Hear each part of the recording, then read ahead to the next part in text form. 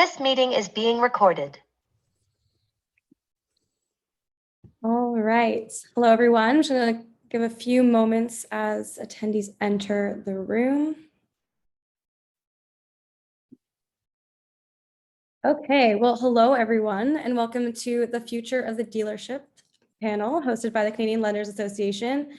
We have a wonderful group of panelists today and a really great discussion for you, moderated by Jonathan Fleisher, a partner at Cassels, Blac, and Blackwell. Jonathan's going to take us through a panel discussion, and then we will be opening the floor to a live Q&A. So feel free to submit questions throughout at any time, and we'll hopefully be able to address them throughout the panel. And as always, this discussion is being recorded and will be emailed out to you all to watch afterwards if you'd like. I just want to thank everyone for tuning in and also give a huge thank to our sponsor of this panel, NETSOL Technologies. But without any further ado, I'm going to hand it over to you, Jonathan, to kick things off. Thank you. And thank you, everyone, for attending.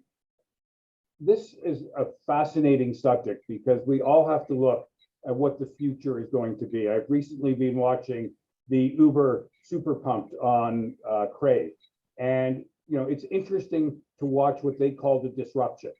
When I look at the future of dealerships, I don't think it's a disruption. I think it's an evolution as opposed to a disruption, but it's a necessary one. And I think one of the big differences between an Uber and a dealership is everyone's got to be profitable. And when we look at Uber, I'm not sure that they've made a profit yet, but everyone in this room and all of the attendees, if they're not profitable, they will not be happy. And the other way I look at this is, you know, we do not want to become those dinosaurs that are going to be frozen out as the fintech comet hits. So I think all of us want to see what the future is going to be like. We have wonderful panelists who are going to drive us through that discussion. What I'm going to ask first is that each of the panelists, starting with Paul, then to Jim and Peter, and finally William, to just give a brief history of who they are, and then we'll move on with the discussion. We want Q&As. We want to keep a live discussion as interesting as possible. So please ask questions, and our panelists will be more than happy to respond and interact with each other. Starting with that, Paul, can you lead off to the introduction? Great. Thanks, Jonathan. I think what you said, like big changes are afoot, but evolution is a good way to think of it.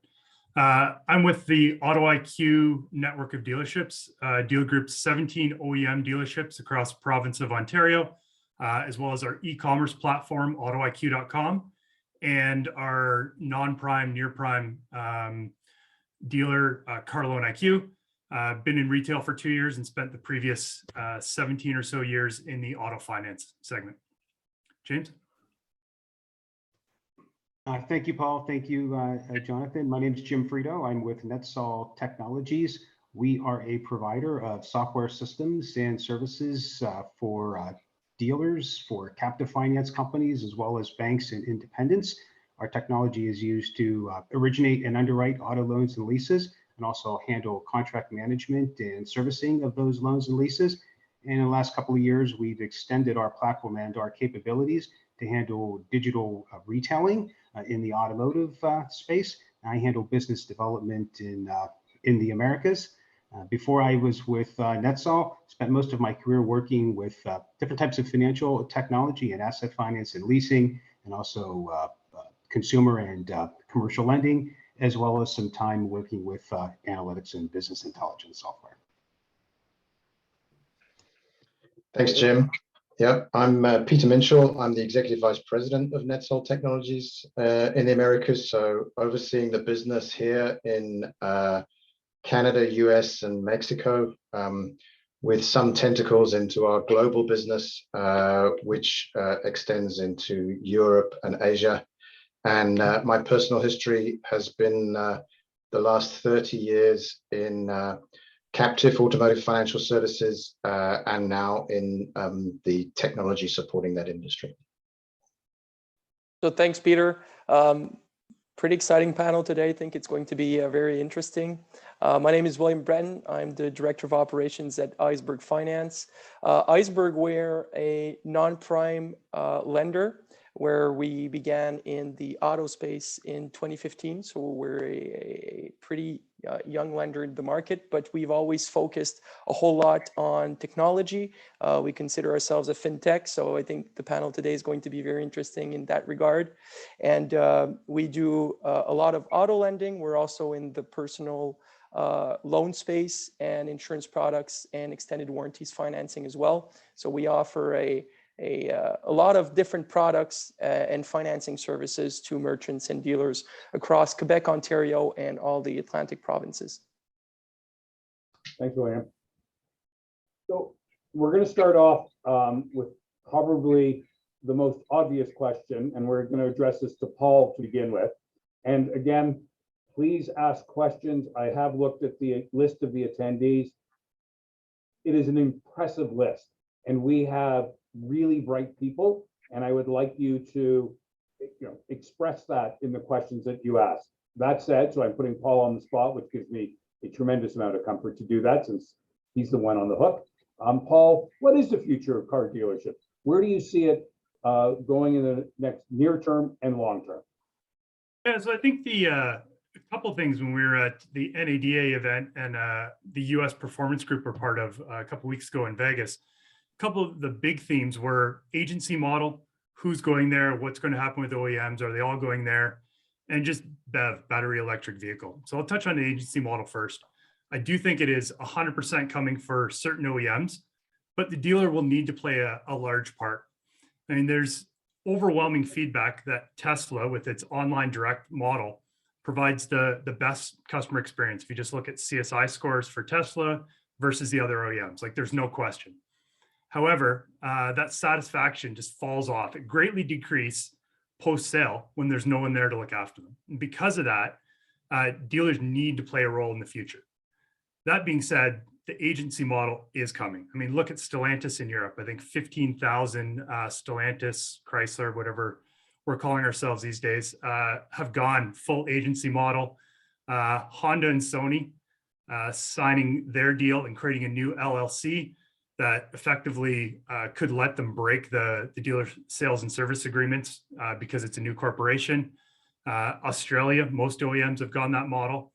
And then Ford has gone a little differently and made a bold statement by breaking out Ford Blue and Ford Model E, but not creating a new LLC to do that, and committing to dealers that they are all in on dealers going forward because of what I talked about with Tesla. So I think on the agency model, it's going to change things. Dealers are going to have less infrastructure and facility requirements, but less borrowing. The balance sheet's going to shift from the store to the OEM. So big changes there. I think on the battery electric vehicle side, we're expecting, or market's expecting 50% of sales to be there in 2030. And I think the US was at 3.2% last year. So huge growth to be there. But if you look at where the market is right now, Tesla was the top selling luxury brand in January as far as registrations in the US, topping BMW and Lexus at 2 and 3 respectively. But there's lots of investment and changes that need to happen for us to get there. Infrastructure in and outside the dealer is a big thing. I mean, there's condominiums in Toronto that are too old to support or have an upgrade to have plugins downstairs in the parking garages. I lived on a street in Toronto until a year ago that was only street parking. Where do you plug in there? I hear about people running extension cords out across the street right now. My father-in-law lives in a neighborhood that has 20 homes on it, and the first 3 people to get a battery electric vehicle on that, the infrastructure can support it today. When the 4th person gets a car, it crashes. The dealers need to change their sales. I mean, across our group right now, we have 17 stores. We had one dealer partner driving a electric vehicle for 6 months to gain some expertise in sales, but I would say we don't have it yet. In service, you need expertise on it, and there's a infrastructure investment there as well. I was talking to a General Motors store recently that just put up $500,000 to kind of upgrade them to get where they need to be. If you even look at the Steel Auto Group on the East Coast, bought electric only used vehicle store. Why'd they buy it? Not really for the investment. They might not get a return out of that, but allowed them to have dedicated expertise. I think that's where we're going to need to go. And you see what Ford did with the dedicated Model E brand, that it's dedicated focus to that. And so I think on those 2 big changes to the industry, that's kind of my take on it, but it's it is going to be a big change, evolution, as Jonathan said.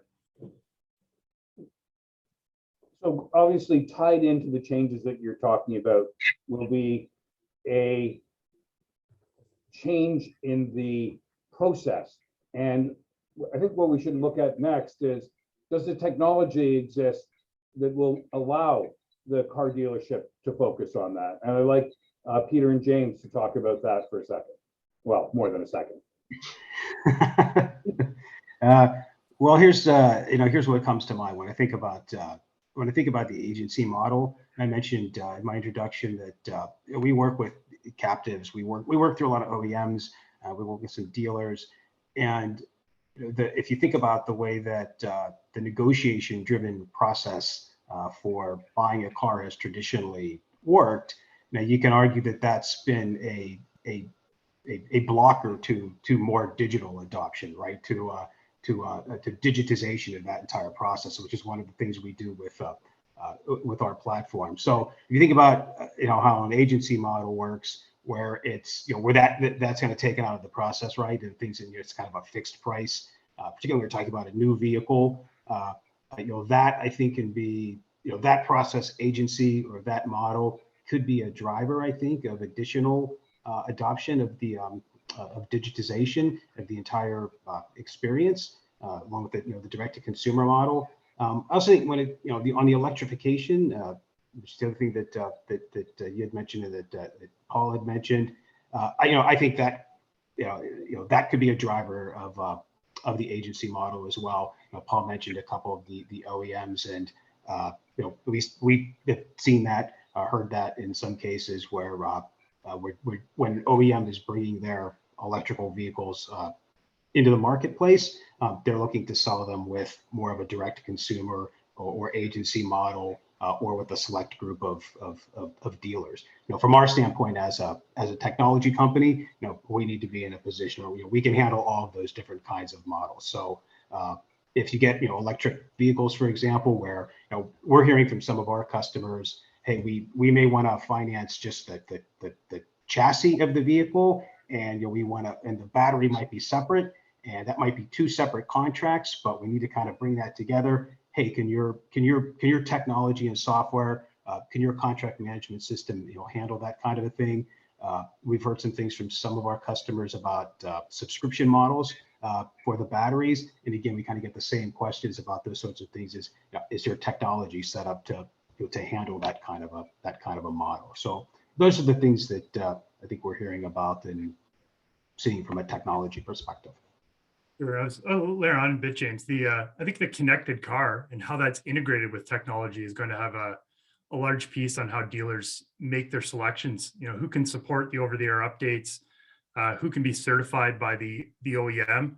And I think some DMS providers that are out there today won't be able to keep up in the future, in my opinion, just all the requirements that will be there to support the connectivity both to the OEM and to the dealer, whether in an agency model or not.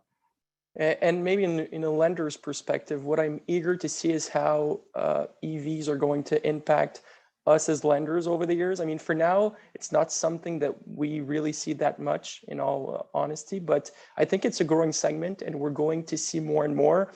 And with all the incentives that governments are giving, I mean, there's some countries that have decided that at a certain date, all the vehicles have to be electrified. So there's going to be changes, that's for sure. But as lenders, I mean, we ask ourselves these questions as of today to know what are the challenges and the ways we'll have to adapt in the future. Like, how do we evaluate vehicles knowing that, for example, as of today or in the next few years, there aren't that many vehicles to compare to give the appropriate values? What will the residuals be in the future? I mean, there's uncertainty there for us. Will there be appetite at the auctions for our repos if they're electric vehicles? So there are all these different things that we'll have to consider and take in place to make sure that the vehicles we do finance as lenders, if they happen to be EVs, that we make sure we don't expose ourselves to significant losses in the future or any uncertainty that there may be for a lender. Just out of interest, does anyone see a cost per kilometer model for leasing a car coming, or is that just too far out and too difficult to securitize, etc.? I think it's already there in some insurance models. True. Why would it not come to the financing model? I mean, and you know, the rental car industry has been doing it for years. So I don't think that's too far off thinking about as a model. Whether you know, paper use, you can see that in many industries, and I think in automotive, as all of these trends converge, you know, where you get agency models in sales and OEMs taking a larger responsibility for both the vehicle sale, even the vehicle performance. When you think about autonomous vehicles, right, there's a different responsibility model coming in that part down the road. I think pay-per-use and where the responsibility starts and stops and where the agency starts and stops there's going to be some quite big changes that we can foresee. I'd agree on that. One of the big trends we didn't talk about is just a move to heavier commercial and fleet business, but a lot of that's going to be driven by the subscription and rental business.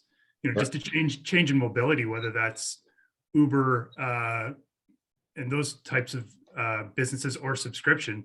Lots of models showing that, you know, sub 10% commercial and fleet business today, up to the 30 to 40% in the future, and that's going to impact lending as well on who can focus on that commercial and fleet, and then who on the dealer side can make that investment into. I mean, Ford's got a separate division for Ford Blue, but a lot of manufacturers have the same. But it's going to take some big dealer groups to make that initial investment and lose money for 4 to 5 years before they can make that business model work. So we're back to the Uber, see what money I can spend model. We did get a question, which I think is really quite interesting. It's asking how the agency model will connect to the pre-owned sales model.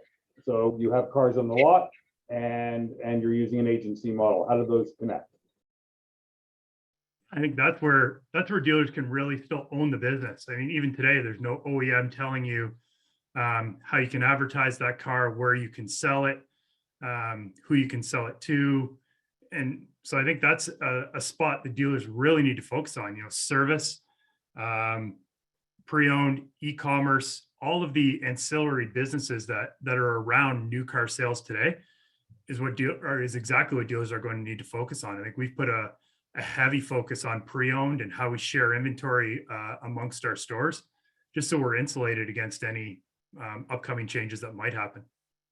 And to your initial question, Jonathan, I think that used dealerships as well as new dealerships, I mean, both will have to invest over the next years heavily into technology to see how they can bring their processes through e-commerce and facilitate the process for the clients, facilitate the process for the F&Is, for the people who sell the vehicles. And in the end, I think that everyone that currently intervenes in the process of purchasing a vehicle up to the lender who's financing that transaction will all have to invest heavily into tech in order to offer a complete process that's done digitally, online, where it's a frictionless process for the consumer. And in the end, they'll be able to have everything that they have today, but mostly done online and through something that's simple and quick for them as well.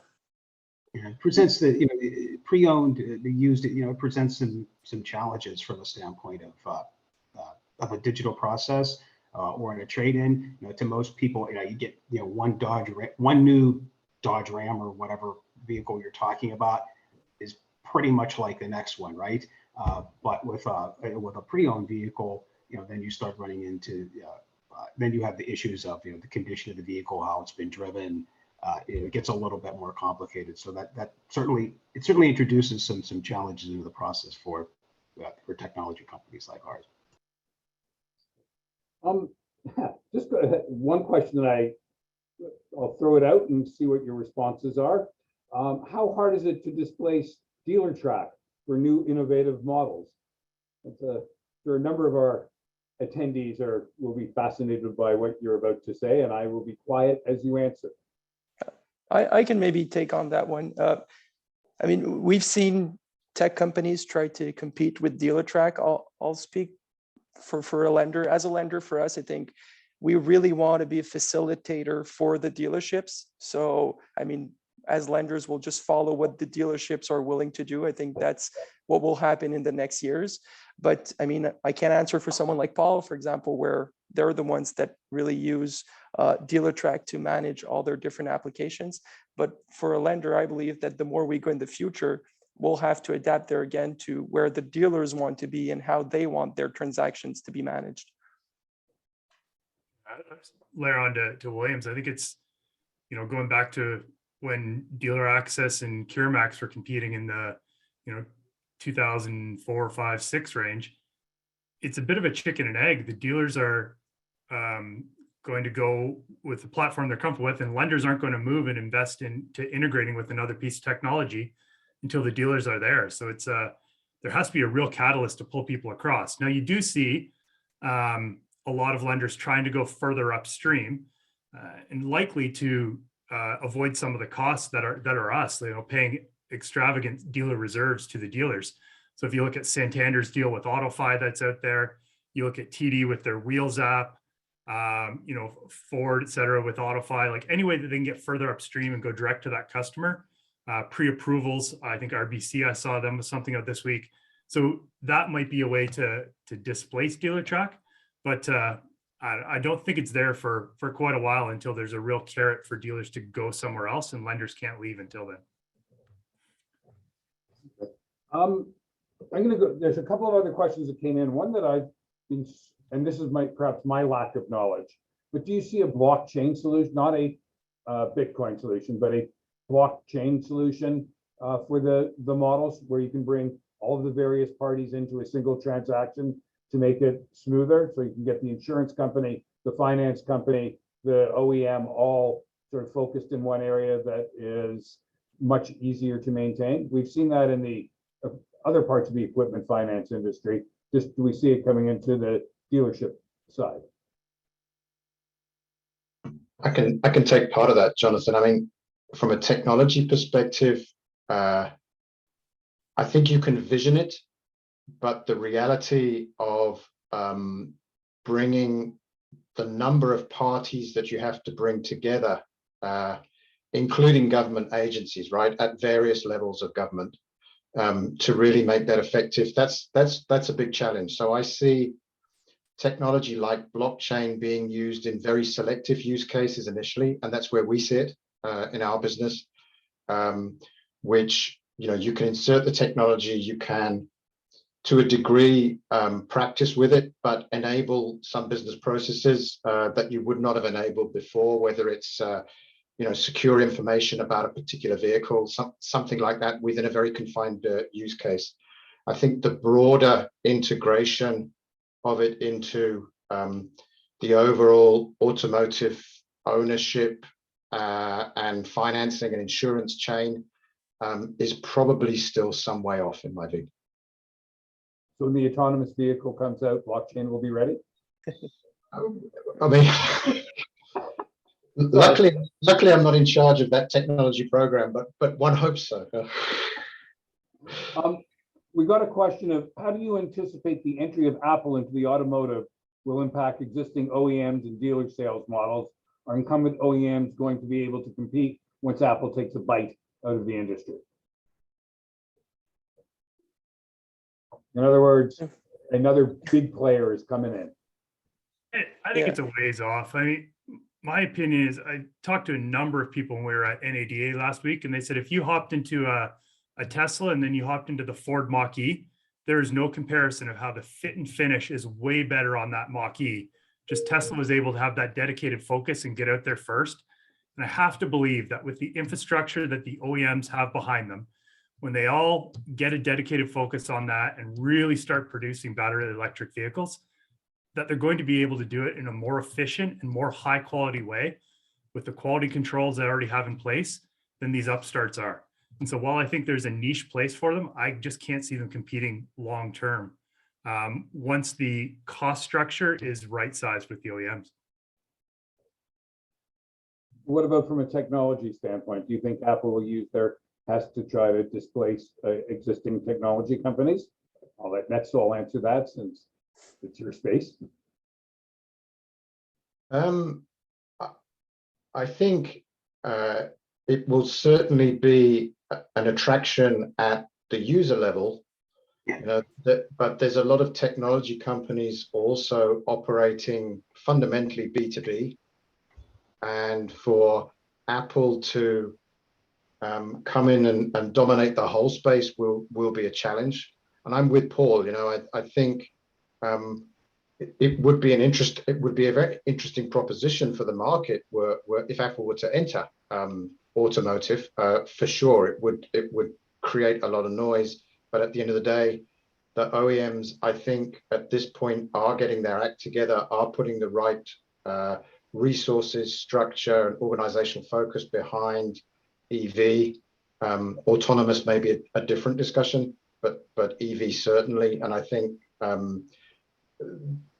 the disruption would be at least less, and I still see it quite some way off.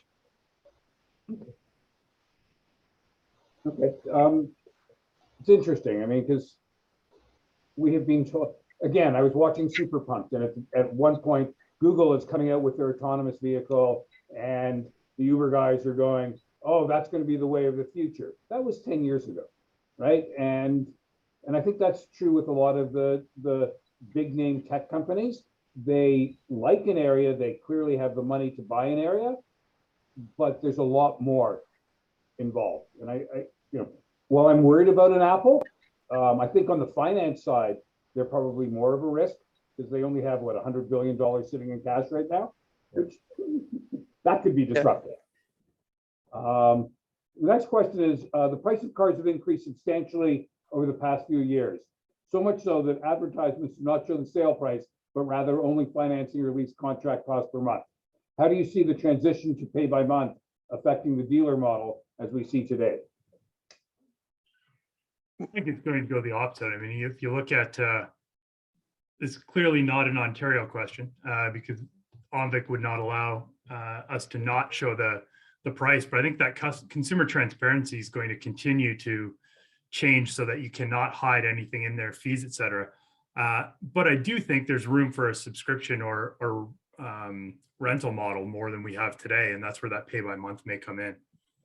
And we've seen an exceptional context within the past years with COVID and low inventories and prices that have skyrocketed. And for us as lenders, we always want to make sure that we allow dealers to be able to do their transaction and really sell their vehicle as of today at the market price. But at the same time, we have to make sure that if we repo that vehicle 2, 3, 4 years down the road, that we make sure we didn't buy the vehicle at a price that's too high as of today.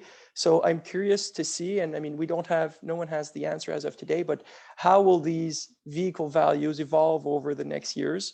Will they continue to skyrocket? Will they eventually go back down when the COVID situation and the chips and stuff gets back to normal? So that's going to be fun to watch in the next years. And it's probably going to have an impact as well concerning the inventory. Fun to watch is an interesting comment.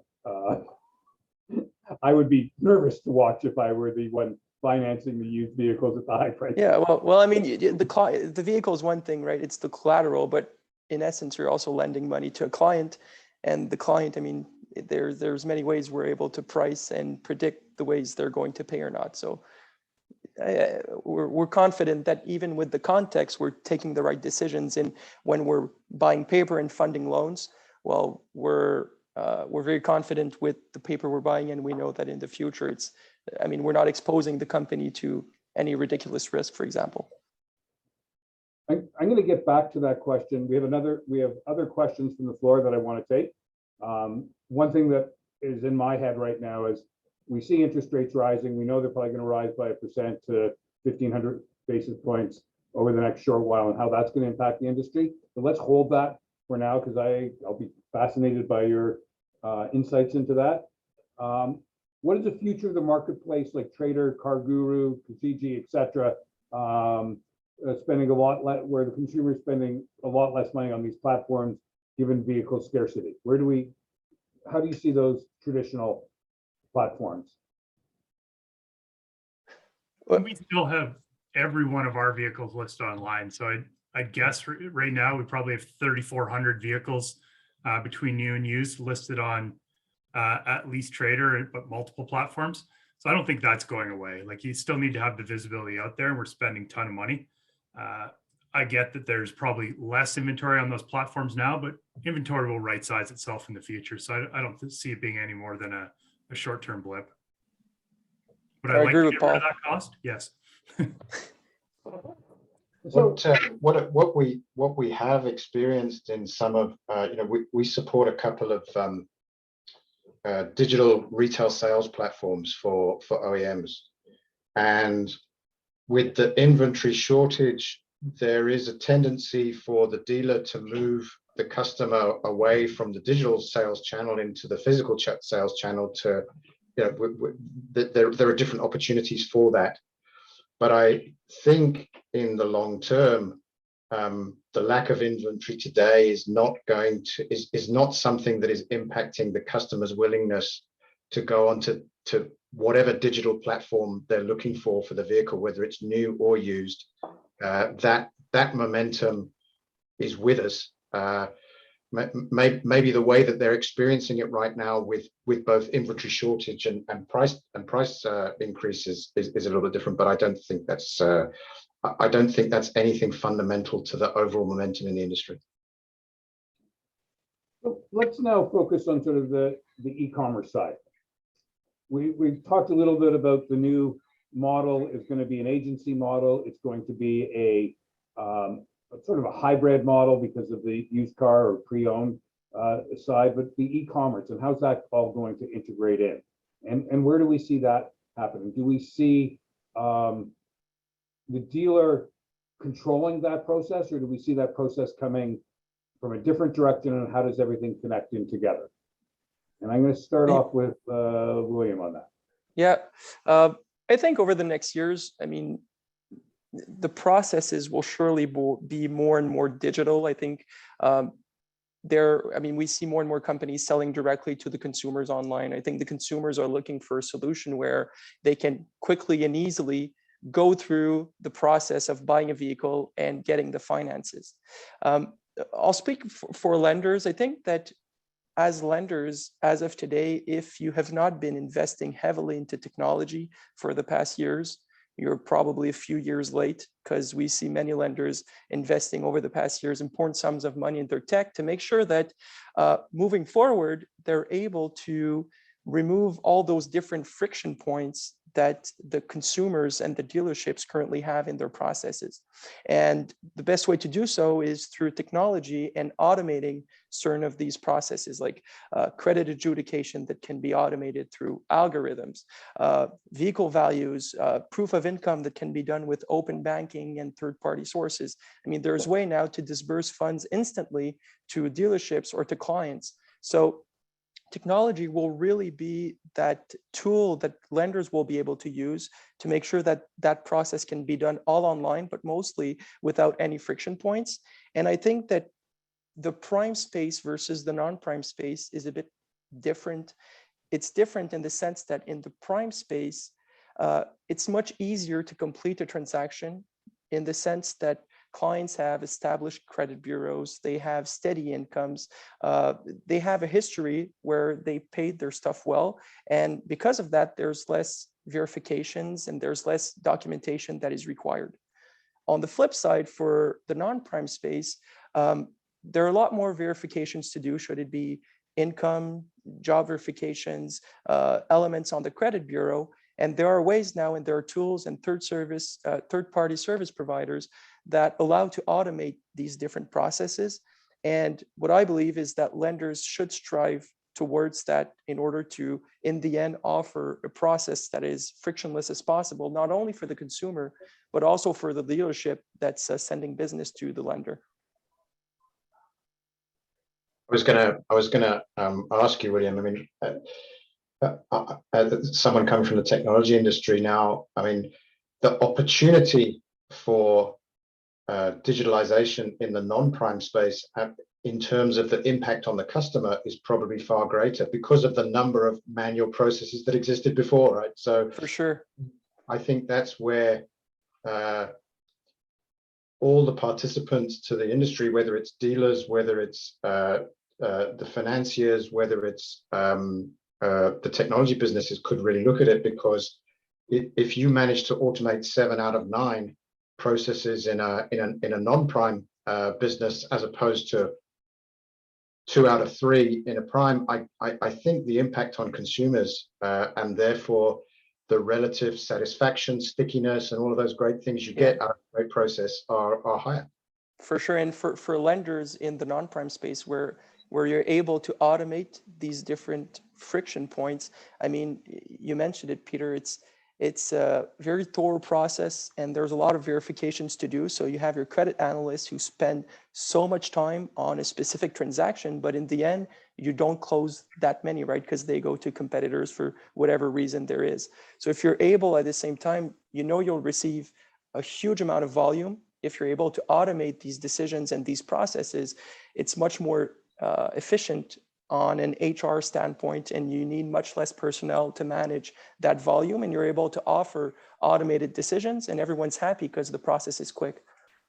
And there's a lot of integration work to do, I think, also, whenever you want to put something that in place. That one of the things that William, you had mentioned, the credit adjudication system and process. One of the clients that that we've worked with, to digitize this process, that was a major part of the work that needed to be done. They had a large number of systems that were siloed, including the adjudication platform, and to put the integrations in place to make that digital process work was, that was a significant, probably not surprising, a significant and major part of that project to make that work for them.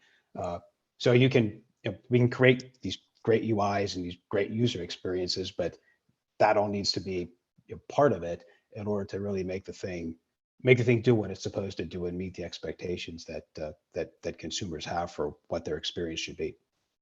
I think you're absolutely right, though. I think, Jonathan, when you said that it can impact the non-prime space more, like I think I see Warren from Rifco's on here. And that's one company that, if you go back to 2005, 6, 7, like a 5% return on assets was kind of normal in the non-prime space in Canada. And that is the margin compression has disappeared. But Rifco I use as an example of someone that invested in an LOS platform that I believe they were the only one using in Canada at the time, and focused with Roger and the team there on really driving that credit adjudication automation. And the last quarterly report that they put out that I looked at closely, they were getting back to that 5% or greater return on assets. And a lot of that is through that automation, investing in technology. So it can be done. I think that's a big spot, to your point, in non-prime, that it can help out. Yeah, it can be done. And maybe the only hiccup is that it takes a lot of time and a lot of investment. I mean, it seems fancy when you talk AI and when you talk automated credit adjudication, but like behind, there's so many data points, like there's data warehouses, there's financial engineers and data scientists that have to work through that. And even if you want your first model to be really performing up to the levels that you want it to be, most of the time it doesn't. So there's a lot of trial and error and a lot of adjustments that you need to put in place. So, I mean, biggest recommendation to anyone that would want to start doing that is to put in place an adjudication model that's easily tweakable, or that you can quickly adjust certain elements in your model if ever you do certain analyses that show that certain variables are maybe not as predictive as you believe they would be initially. Sure. A number of our attendees have asked about the AI, and I think you have handled that. One of the areas and one of the side questions that came up was with respect to fraud, and will the utilization of AI be able to detect fraud better than we are currently able to detect it? Recently, I'd say I've had a number of fraud cases come to my attention where there hadn't been for years, but in the last 3 months, we're seeing a lot more of it. I'm not sure if you're seeing it, but can AI help protect from that, or is it sort of too early in the process? Well, it's maybe early a bit for AI to my belief, but is fraud there even more than it was before? That's for sure it is. We've, experienced different fraud cases or fraudulent applications over the past years. Most of what we see is identity theft, where we believe we're actually loaning to Jonathan Fleisher, but it's somebody else that stole your identity. So it's kind of hard to pick up sometimes, but there are ways that we've put in place over the years and that other lenders use as well. I was talking earlier about third-party service providers. Like, many exist with open banking, with KYC. Some exist to verify phone numbers, emails, different elements that bring up certain flags or manual reviews when they aren't done properly, or the information that we have doesn't correspond to what that third-party service provider has. So I think that it's something that has to be considered because it happens more and more. And I believe that these different services out there do actually answer the needs that we have to mitigate fraud. We see AI kicking into other aspects of the new model agency dealership that we currently aren't seeing. Yeah, and in the end, I mean, I think the best way to mitigate fraud is to work as a partner with the dealership. I mean, dealerships, credit analysts, I mean, they've all been in the business for many years. They know what a fraudulent income statement looks like. They know what a fraudulent driver's license looks like. So to my belief, there's a huge part of that we've seen over the past years where when we had these fraudulent applications, they usually came from dealerships or organizations that initially we maybe shouldn't have done business with them. So it's important to make sure that once you start doing business with a dealership, with a group, with a lender, and it goes on both sides, that it's reputable organizations that are well structured and that want to do business in a transparent way, because we can help each other out during that process. Well, that's an interesting comment. Does the advent to a pure digital world stop the face-to-face where you actually know your partner? And do we see that as a risk? I think it absolutely is. Yeah. I mean, most, if not all of the dealer agreements with the retail lenders today put the onus on the dealer to act as their agent for the purposes of identity verification.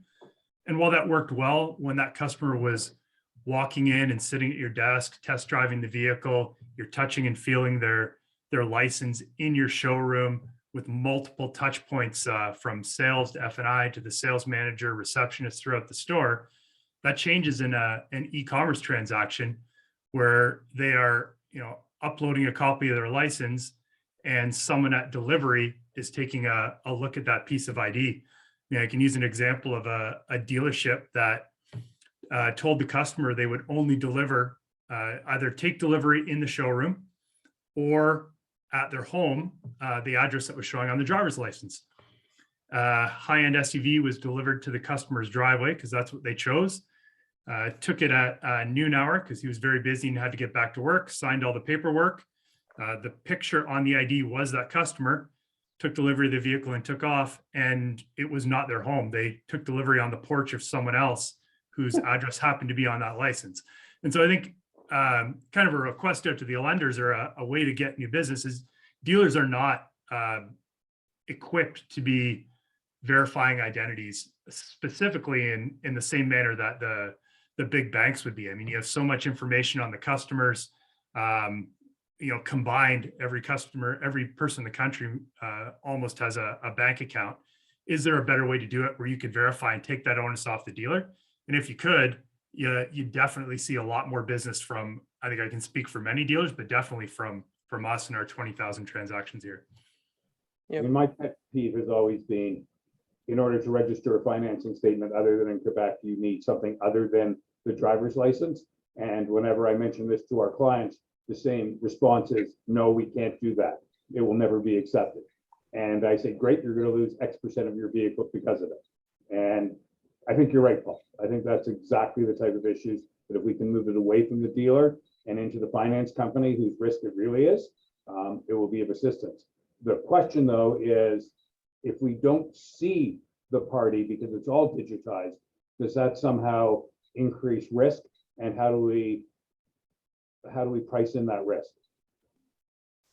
But it, I mean, in the end, I think we all agree that it does increase risk, and by going through the e-commerce solution and online, I mean, we all get exposed to these new realities that come with online shopping or online consuming. And there again, to my point, and I saw something in the comments, but I think these specialized third-party service providers will be tools that are extremely useful for all the different parties involved. And I think it's going to be like every lender or every dealer is going to choose what they believe is the tool that's going to mitigate fraud as most as possible. But what I think is it's probably a mix of all these different tools that you have to use to make sure that you have a thorough way to mitigate these fraudulent applications. Okay. I think there are, to get back to the broader concept of e-commerce and the fact that consumers are wanting to move that way, I'm with William. I think there are different providers out there now who can mitigate the fraud risk. I think the opportunity is to build into the overall digital retail process enough, let's say it's AI, but enough intelligence that allows the customer to still build a relationship with the supplying dealer in that process. What we're seeing at the moment is there is some nervousness in dealers to accept a fully digital sales process, because there is some nervousness not to feel involved in the process at all. But I think the smarter dealer will feel involved by getting involved in the technology itself, getting involved in building the processes in the technology, making them specific to their dealership, their relationship. And that way, from a pure e-commerce process, there is still a very valid reason for the dealer to exist. And I think going all the way back to Paul's comment at the beginning, the real reason for the dealer to exist, either in an agency model or a pure e-commerce model, is the service that the customer gets afterwards, right? And that, if you build that trust in the sales process, you've already started winning in the after sales process. I think e-commerce too, I think you're going to see some of the bigger dealer groups are who are going to emerge to be the largest in it in the future. So similar to where the battery electric vehicle market is with Tesla right now, you've seen some of the used vehicle online only upstarts in, Vroom, Carvana in the US, Clutch, Canada Drives, Karuga, go internationally, Kazoo, et cetera, have dominated the e-commerce market. And they're well capitalized today, but they're able to provide online only pre-owned sales, and that's it. And so if you look at the Lithias or Driveways, or even CarMax being used only, but being in store or online, allowing that customer to come in, I think they really have the ability to do it. From an infrastructure investment perspective, they already have the buildings, they already have the cars on their lot, they have places to recondition them. Carvana just spent a 22x multiple, 2.2 billion ADESA. Lithia already has that. We already have that. Auto Canada has that. Dilawri has that. So I think that's who's going to ultimately emerge here.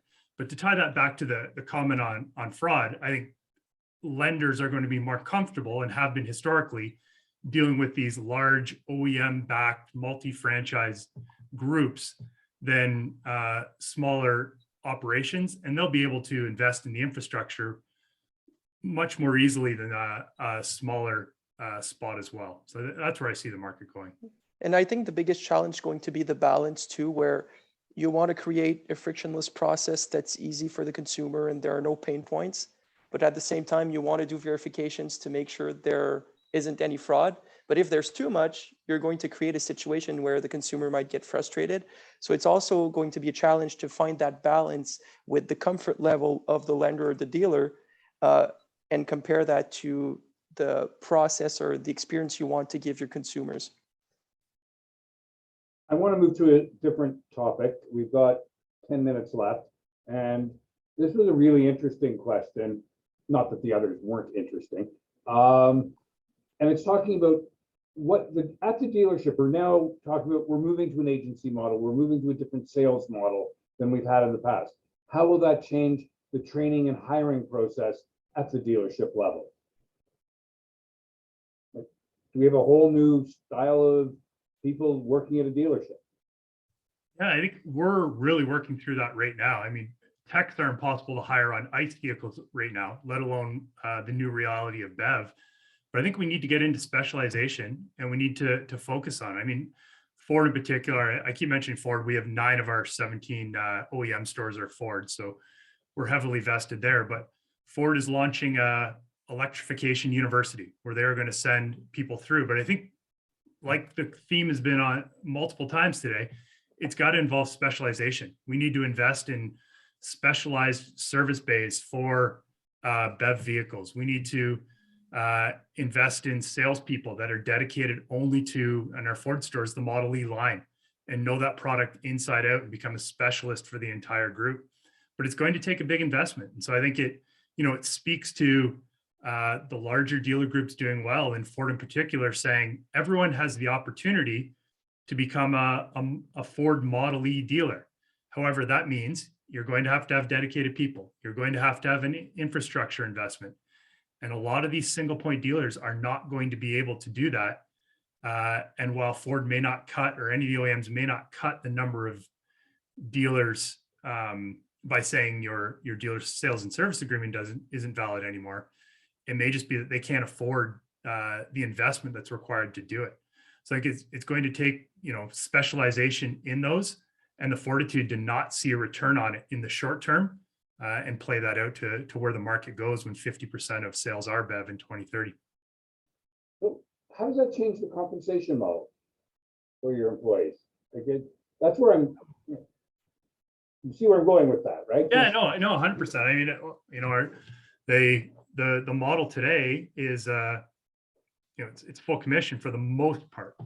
And so it does change. If it goes agency model, I mean, those people will be paid flats or salary, there'll be more concierges.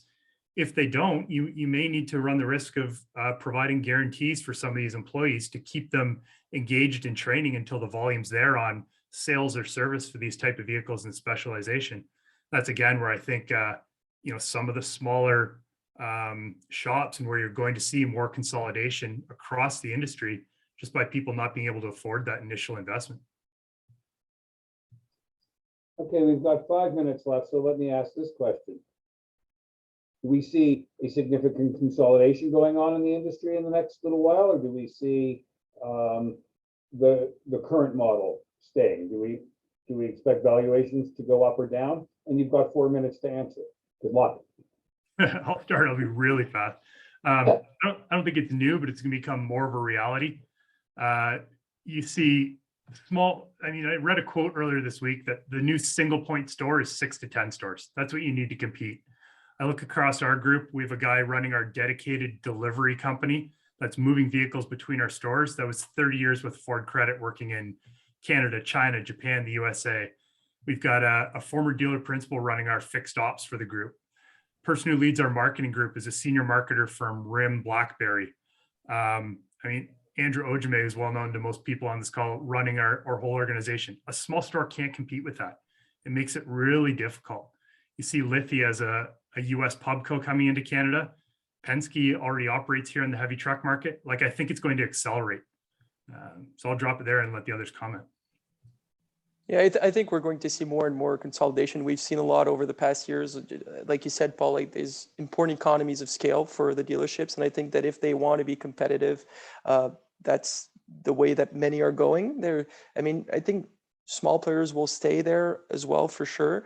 Maybe more in the used space than in the new car dealerships.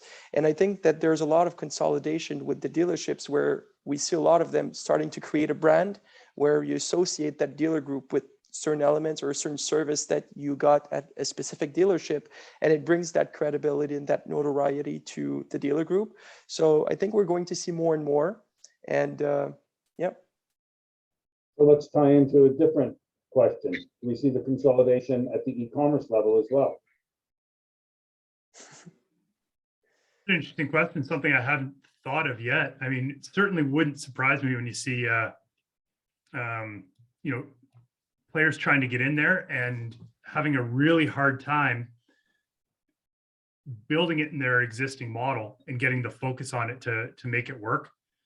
However, the valuations of some of these companies are so ridiculously high at no profit that the business case might not be there to do it. Yeah, it's a good question, but I'm not sure I know where that one's going.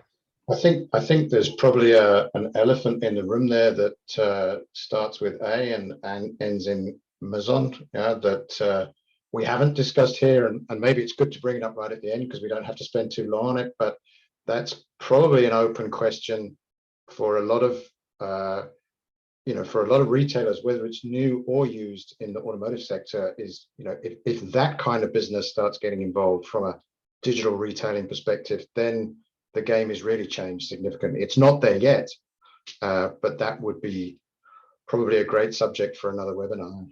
You can do it in Spain today. If you go into the Spanish Amazon site, you can buy new or used on that site. There you go. Yeah. So that sort of a player would certainly change the space. Absolutely. And they could afford to be a captive finance company as well. Yep. Not sure they'd go in the non-prime space though, but maybe, you never know. For their own employees, they could go non-prime since they don't pay them, right? I didn't say that. So we're down to 2 minutes. I'm going to actually, hold on. We have one last question. Isn't Trader for sale? Is that, and good target for Amazon? That's an interesting question. Is Trader for sale? Anyone know? No? I don't know. Okay. And we hear a yes that it is for sale. Okay, so that's sort of interesting. I think this has been really, really insightful, and I thank the four of you because it's given us. I mean, there's no answer. It's great to try to predict into the future, knowing that there's a 50% chance you're right. And we see certain trends, and then those trends can get disrupted. Peter, thank you for bringing up Amazon because could be the great disruptor or not. Yep. Again, when we talk about profitability, Amazon's still not making money on its retail business. It's making money on its data business and its cloud business, right? At a certain point, and I think you all brought this up, you have to make money. The e-commerce platforms have to make money, as do the dealerships. My personal prediction is we move into I think we're moving into a recession. I think the recession is frankly healthy and needed at this point because it's got to get some of the exuberance out of the market. And I think that's what's going to start to have us all refocus on how the dealerships work. Are we an agency? And I want to thank all of you for sort of focusing us on what the future may be, what are the pain points that we should be looking at, and that we need to look at the technological, e-commerce, and future solutions that we're going to be focusing on. I'm sure all of you will be open to any of the attendees asking any questions and follow-ups. And I believe your emails are available. Danielle will tell me if that's true or not. And I want to thank all of our attendees. What I'm most impressed about is almost all of you stayed. So that to me is a great sign that people have found this of interest. So thank you, attendees. Thank you, panelists. It's been great. I just Thanks, want to Jonathan. jump in and echo your comments. I just want to thank each of you for your incredible insight, and obviously to you, Jonathan, for moderating this discussion. I also want to thank everyone who joined today and asked all these great questions. It was a really engaged attendees, so I appreciate it. Someone just asked, is the recording available later? And the answer is yes. This has been recorded and it will be emailed out to all of the registrants, also available to watch on YouTube. And obviously we encourage everyone to keep attending future CLA events. We have got loads coming up. You can find them at lendersevents.com. But with that, I thank you all and have a great rest of your day. Thanks, everyone. Thank you. Cheers.